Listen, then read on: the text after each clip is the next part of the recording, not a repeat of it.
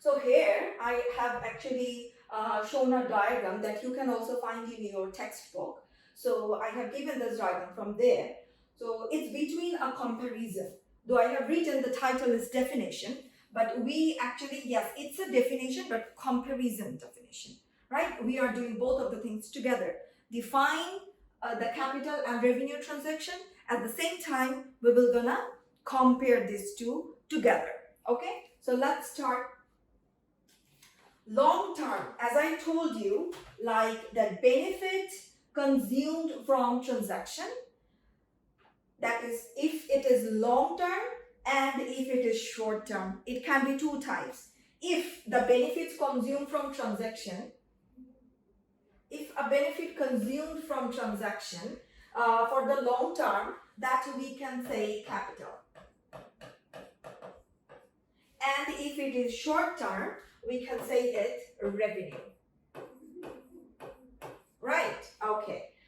So benefit, whatever the benefit we are getting or we are giving, if it is long term, then that's called capital transaction. And if it is short term, then that will call revenue transaction. Okay, the next one, as I told you before as well, just in my previous slide, number or recurrence of transaction. In accounting period, if it is not a regular, if it is not frequent or often happen within that 1 year accounting period, then we can say like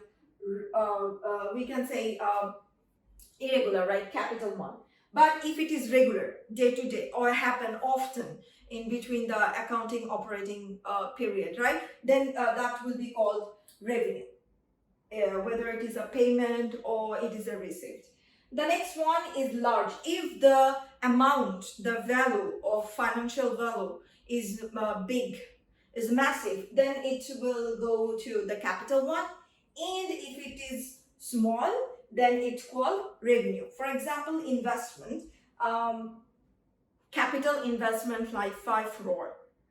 So that investment is a huge, and it's called capital, and it's for the long term. It's not for only a one period of time, not only the 3 months or 1 day, right? If anyone wants to invest, for example, like 5 crore, so that means it will go for a long term, for a long period of time, right? So definitely that will go to the capital side. And same as small one, sells 5,000 taka. So that sales happen almost every day in business, right? So that sales, as there's a small amount and happen frequently, it's a regular thing, and a short term, that will go to the revenue transaction. Okay?